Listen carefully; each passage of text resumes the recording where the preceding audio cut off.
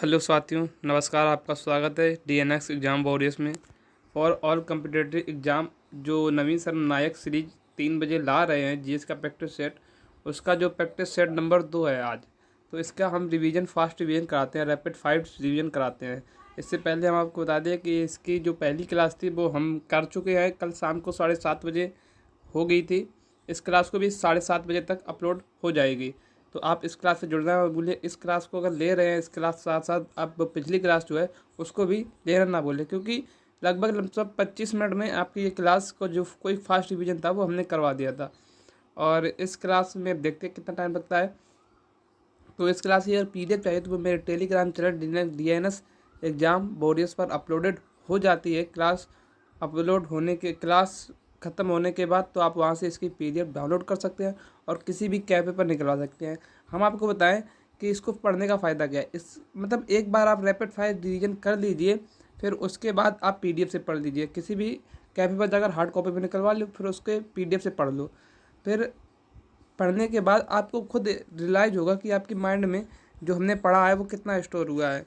तो बिना किसी देरी के हम शुरू करते हैं। जो पहला प्रैक्टिस सेट है, दूसरा प्रैक्टिस सेट है। जैसे पहला क्वेश्चन है, भारत के अधिकांश शास्त्रीय नृत्य रूप जो शास्त्रीय नृत्य है, इसकी उत्पत्ति का स्रोत किसे माना जाता है? तो नाट्य शास्त्र को माना जाता है। किसे? नाट्य शास्त्र को। और नाट्य शास्त्र किसने लिखा है? तो ये लेखक भरत मुनि ने लिखा है। और नाट्य शास्त्र में टोटल चैप्टर कितने हैं? तो ये 36 चैप्टर है इसमें। काव्य की पंक्तियाँ 6000 काव्य की पंक्तियाँ हैं इसमें। कितनी? 6000। अगर बात की जाए अथर्ववेद, अथर्ववेद किसका है? जादू टोना के लिए है। 4 वेद होते हैं हमारे, ऋग्वेद, सामवेद, यजुर्वेद, अथर्ववेद। सबसे पुराना हमारा ऋग्वेद है और सबसे नवीनतम क्या है? अथर्ववेद है। आगे देखते हैं, दूसरा क्वेश्चन है, मणिपुर शास्त्रीय नृत्य के मर्दाना पहलू को किसके रूप में जाना जाता है? तो चोलोम के रूप में जाना जाता है। किसके? चोलोम के रूप में। और प्रयोग जो है वाद्य यंत्र, इसमें कौन सा वाद्य यंत्र प्रयोग किया जाता है?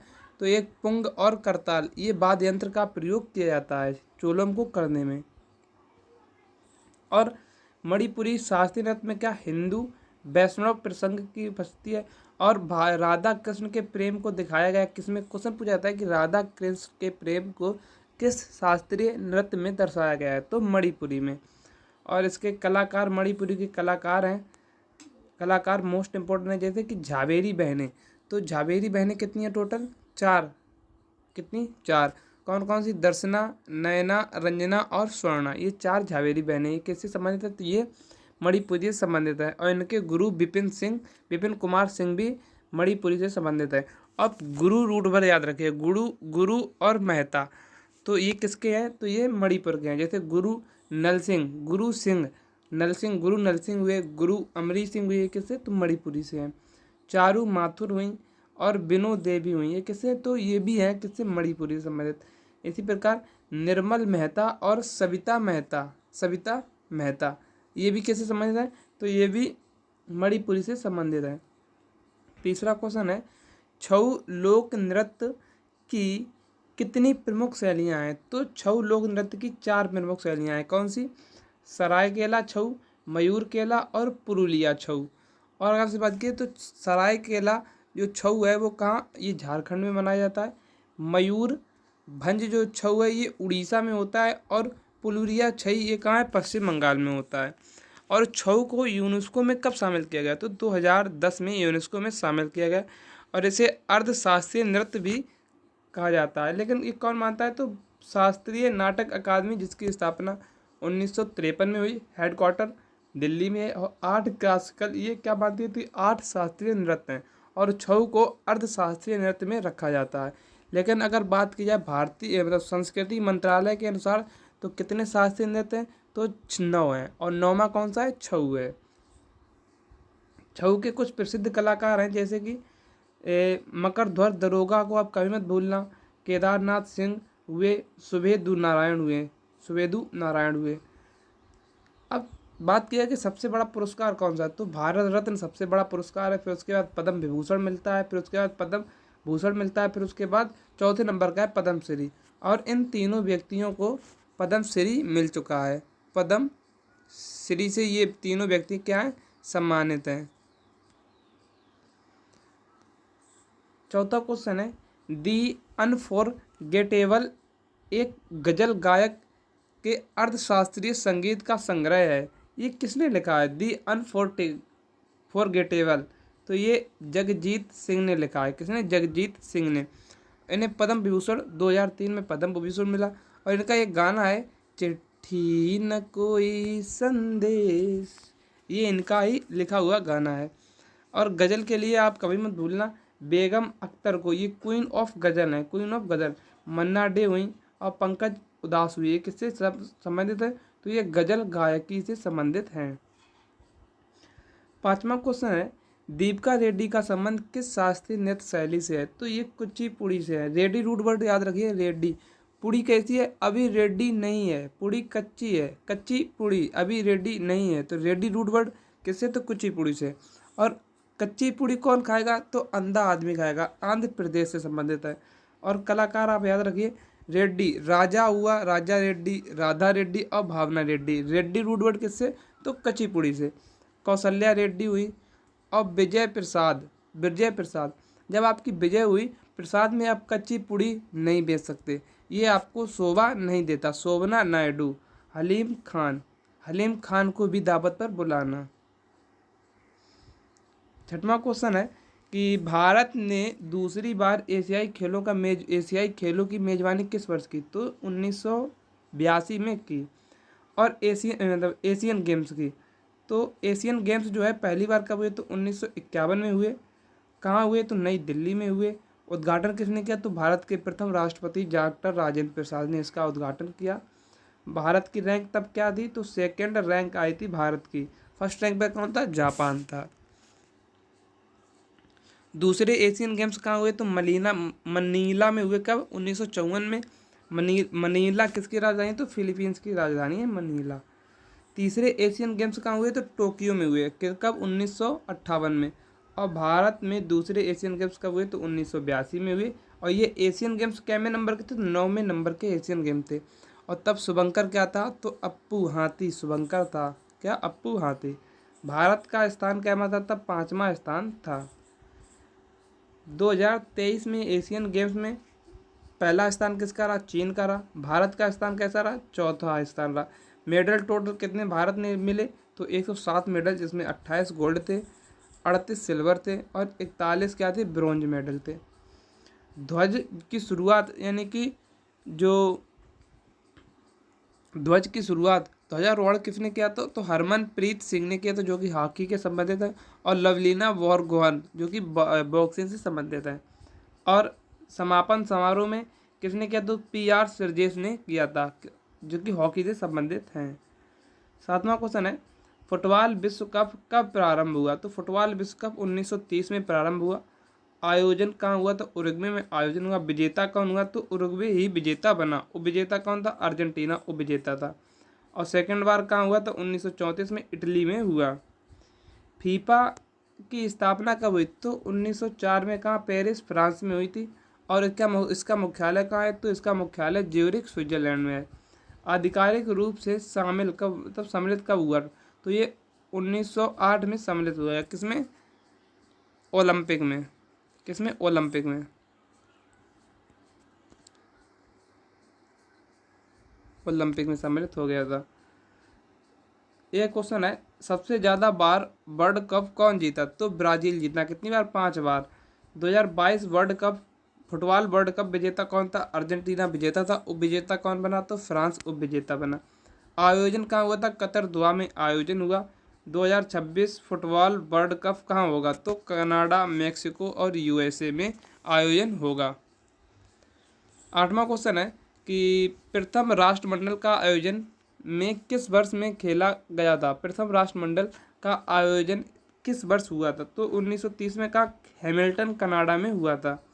दूसरा कब हुआ था?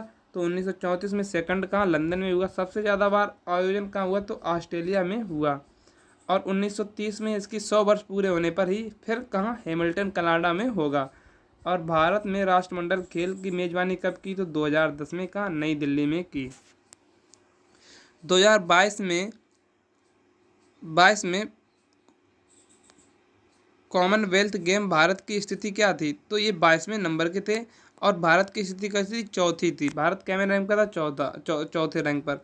61 मेडल थे भारत के पास, जिसमें 22 गोल्ड थे, 16 सिल्वर और 23 ब्रॉन्ज थे। अब आगे देखते हैं 9वां क्वेश्चन है, नरेंद्र मोदी ए पॉलिटिकल बायोग्राफी जो है देश किसके द्वारा लिखी गई? तो ये एंडी मेरिनो के द्वारा, जो कि ब्रिटिश लेखिका है।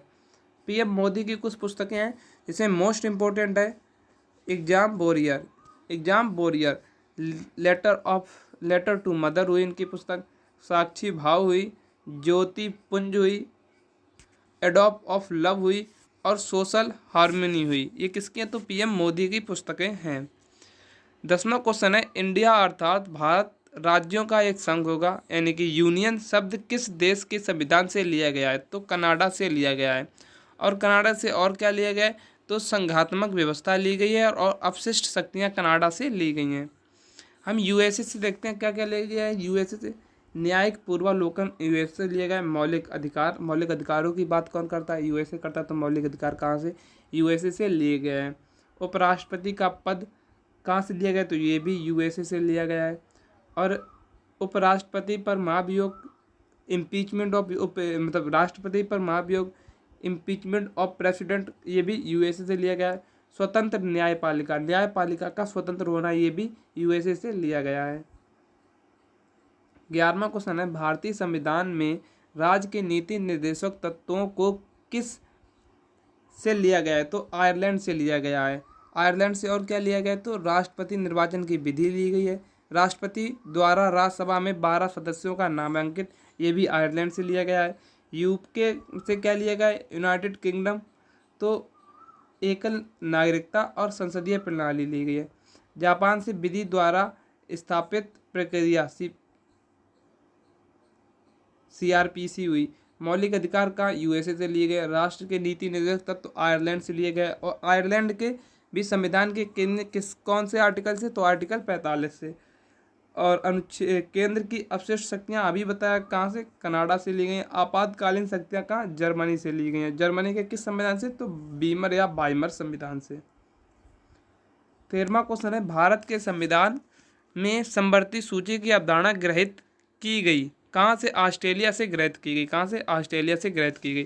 प्रस्तावना की भाषा ऑस्ट्रेलिया से ली गई। और संयुक्त बैठक, जो कि भारतीय संविधान में 108वें आर्टिकल में है, ये भी कहाँ से ली गई? तो ये भी ऑस्ट्रेलिया से ली गई है। साउथ अफ्रीका से याद रखिएगा संविधान संशोधन लिया गया है, जो कि 368 आर्टिकल में है भारतीय संविधान में। 14वां क्वेश्चन है, भारतीय संविधान में मौलिक कर्तव्यों का विचार लिया गया है कहाँ से? तो रूस के संविधान से लिया गया है। पंचवर्षीय योजनाएं भी ली गई वहीं से। और 42वें संविधान संशोधन 1976 द्वारा जोड़े गए थे। मौलिक कर्तव्य कितने? 10 मौलिक कर्तव्य जोड़े गए थे, फंडामेंटल ड्यूटीज। और 11वां फंडामेंटल ड्यूटीज कब जोड़ी गई? तो 86वें संविधान संशोधन 2002 में जोड़ी गई। आगे देखते हैं, फ्रांस से हमें क्या लिया? तो स्वतंत्रता, समता और बंधुता, ये कहाँ से? फ्रांस से ली गई है।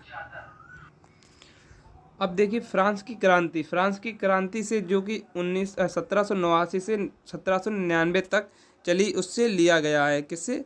उससे लिया गया 1799 तक। अब आगे देखते हैं 15वां क्वेश्चन है कि विधि की समक्ष समता कहाँ से? इंग्लैंड से ली गई है। विधि का समान संरक्षण यूएसए से ली गई है। विधि द्वारा स्थापित प्रक्रिया जापान से ली गई है। और शैक्षणिक संस्थाओं के लिए राज्य द्वारा अनुमोदन कहाँ से? आयरलैंड से लिया गया, अनुदान आयरलैंड से। 16वां क्वेश्चन है, खदानों की कृषि सर्वप्रथम आरंभ हुई थी कहाँ? तो नवपाषाण काल में आरंभ हुई थी। और इसी में क्या? पहिए का आविष्कार किया गया था। पुरापाषाण काल में किसकी? आग की खोज हुई थी। 17वां क्वेश्चन है, इनाम गांव भारत के किस राज्य में स्थित है? तो कहाँ है? तो महाराष्ट्र में स्थित है। कायथा कहाँ है? कायथा ये मध्य प्रदेश में। दैमाबाद महाराष्ट्र में हुई। चिरांद कहाँ है? तो बिहार में है। सुतकाडोर कहाँ है? गुजरात में है। और राखीगढ़ी हरियाणा में, जो कि राखीगढ़ी में क्या? दुनिया का सबसे बड़ा हड़प्पा संग्रहालय स्थापित किया जा रहा है। बालू ये कहाँ है? हरियाणा में। और हुल्लास कहाँ है? यूपी में है। 18वां क्वेश्चन है, हड़प्पा सभ्यता के किस स्थान से जल संरक्षण के साक्ष्य मिले? कहाँ? तो धौलावीरा से मिले। कहाँ? धौलावीरा से। और धौलावीरा कहाँ है? गुजरात में है। ये कब खोजा गया? तो 1967 और 68 में खोजा गया। किसने? जेपी जोशी ने। खेल के साक्ष्य यहीं से मिले और खेल का स्टेडियम पूछा जाता है कि हड़प्पा सभ्यता में कहाँ पर खेल का स्टेडियम मिला? तो ये मिला धौलावीरा में। 19वां क्वेश्चन है कि स्वतंत्रता प्राप्ति के पश्चात भारत में उत्खनित प्रथम सैंदव स्थल है उत्खनित जो, तो कौन सा? रोपड़ है, जबकि 1950 में खोजा गया। इसका मतलब आधुनिक नाम क्या है? रूपनगर है। और खोजकर्ता कौन है? बीवी लाल है। किस नदी पर? तो सतलज नदी पर। कहाँ? पंजाब में खोजा गया।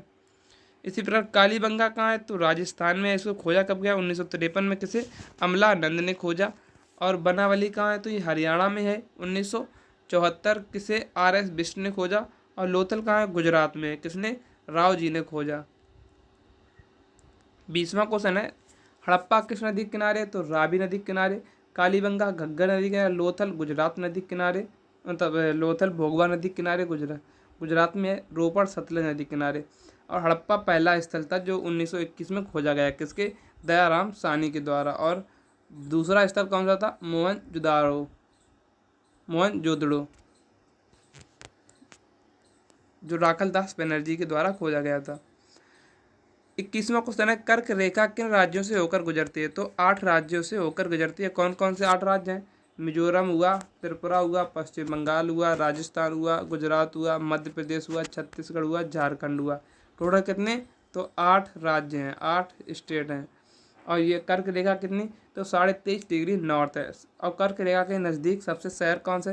Ranchi 23 degree 11 minute. और जबलपुर MP ये भी 23 डिग्री 11 मिनट। और जबलपुर में ही MP यानी कि मध्य प्रदेश का हाई कोर्ट स्थित है। कहाँ? जबलपुर में। 22वां क्वेश्चन है कौन सा स्थल भारतीय मानक समयोत्तर के सबसे नज़दीक है? तो मिर्ज़ापुर है। कहाँ से लिया गया? मिर्ज़ापुर से। भारतीय समय मानक समय रेखा तो कितने? 82.5 डिग्री ईस्ट पूर्वी पर है। 5 राज्यों से होकर गुजरती है। उत्तर प्रदेश, MP, मध्य प्रदेश, छत्तीसगढ़, उड़ीसा और आंध्र प्रदेश। कर्क रेखा और मानक रेखा कहाँ पर काटती हैं? तो ये भैंसा मुंडा सूरजपुर, जो कि छत्तीसगढ़ में स्थान है। 23वां क्वेश्चन है भारत की 7 बहनों का समूह क्या है? तो मेघालय, असम, नागालैंड, अरुणाचल प्रदेश, मिजोरम, मणिपुर, त्रिपुरा। ये 7 बहनें हैं। और इनका एक भाई कौन? सिक्किम है। नाम किसने रखा? तो 1972 में ज्योति प्रसाद ने नाम रखा। नागालैंड की भाषा क्या है? 24वां क्वेश्चन है। तो इंग्लिश यहाँ बोली जाती है, कोनयांक बोली जाती है और अंगामी बोली जाती है। सिक्किम की गोरखा हुई और इंग्लिश बोली जाती है। कर्नाटक में केवल एक ही भाषा कन्नड़ बोली जाती है। और त्रिपुरा में कोकबरोक और बंगाली भाषा बोली जाती है। 25वां क्वेश्चन है भारत विश्व में 7वां सबसे बड़ा देश है। भारत संसार का लगभग 2.4% क्षेत्रफल रखता है और 32,87,263 वर्ग किलोमीटर इसका क्षेत्रफल है। 26वां क्वेश्चन है किस पंचवर्षीय योजना में ज़्यादा तेज धारणीय एवं समावेशी समृद्धि पर जोर दिया? तो 12वीं पंचवर्षीय योजना, जो कि 2012 से 2017 तक चल रही थी। सी रंगराजन मॉडल पर आधारित थी। लक्ष्य था 8.2 का, प्राप्त किया था कितना? 6.8 प्राप्त किया था। समय से पूर्व बंद कर दी गई थी। हाँ, एक क्वेश्चन और कल का छूटा था कि कौन सी पंचवर्षीय योजना समय से पूर्व बंद कर दी गई थी? तो यही 12वीं थी। और एक लोगों ने कमेंट करके बताया भी था। 27वां क्वेश्चन है अब नरत योजना भारत में लागू की गई। ये कब की गई? तो 1978 से 1979 के बीच। और ये 1 अप्रैल 1978 को लागू की। रोलिंग प्लान था और किस मॉडल पर आधारित था? तो गुरनाल मिडल द्वारा पारित किया गया था। 28वां क्वेश्चन है किस पंचवर्षीय योजना के दौरान खादी एवं ग्राम उद्योग का गठन हुआ? तो द्वितीय पंचवर्षीय योजना के दौरान। और ये एक्ट कौन सा था? तो 1956 का एक्ट था। हेडक्वार्टर कहाँ? तो मुंबई में इसका हेडक्वार्टर है, खादी एवं ग्राम उद्योग आयोग का। और दूसरी पंचवर्षीय योजना पर किस पर? औद्योगिकरण पर बल दिया गया था। और जैसे राउरकेला, भिलाई और दुर्गापुर ये संयंत्र लगे थे। राउरकेला उड़ीसा में स्थापित किया गया जर्मनी की सहायता से। भिलाई छत्तीसगढ़ में रूस की सहायता से। और दुर्गापुर पश्चिम बंगाल ब्रिटेन की सहायता से। चक्रवर्ती मॉडल पर कौन सी, तो तृतीय 5 ईयर प्लान, और हेराल्ड ओमन मॉडल प्रथम 5 year plan, Ashok Rudra model चतुर्थ 5 ईयर प्लान, और महालिनोबिस मॉडल द्वितीय 5 ईयर प्लान। इसी प्रकार पाँचवा 5 ईयर प्लान तो डीपी धर मॉडल पर आधारित था।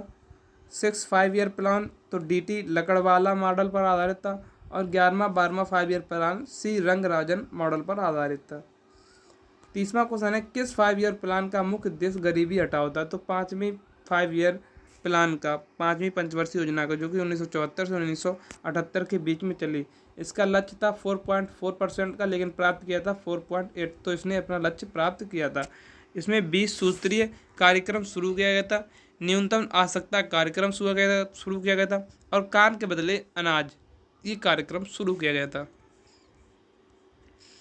31वां क्वेश्चन है, ध्वनि की प्रबलता किस में मापी जाती है, तो डेसिबल में मापी जाती है, आवृत्ति हर्ट्ज में मापी जाती है, वेग मीटर पर सेकंड में माना जाता है, और तरंग दर एंगस्ट्रॉम में मापी जाती है।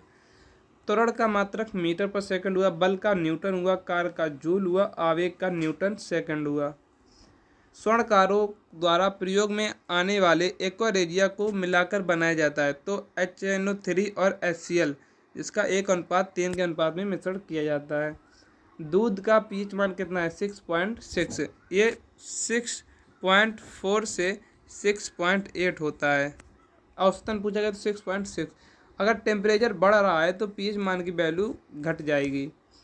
इसी प्रकार HCl का पीएच मान 0, नींबू का 2.2 से 2.4, कॉफ़ी का 4.5 से 5.5, शुद्ध जल उदासीन होता है 7, रक्त का जो 7.4 होता है, आंसू का क्या होता है 7.4 होता है, समुद्री जल का 8.4 होता है, और NaOH जो कि क्षारीय होता है कितना 14 होता है।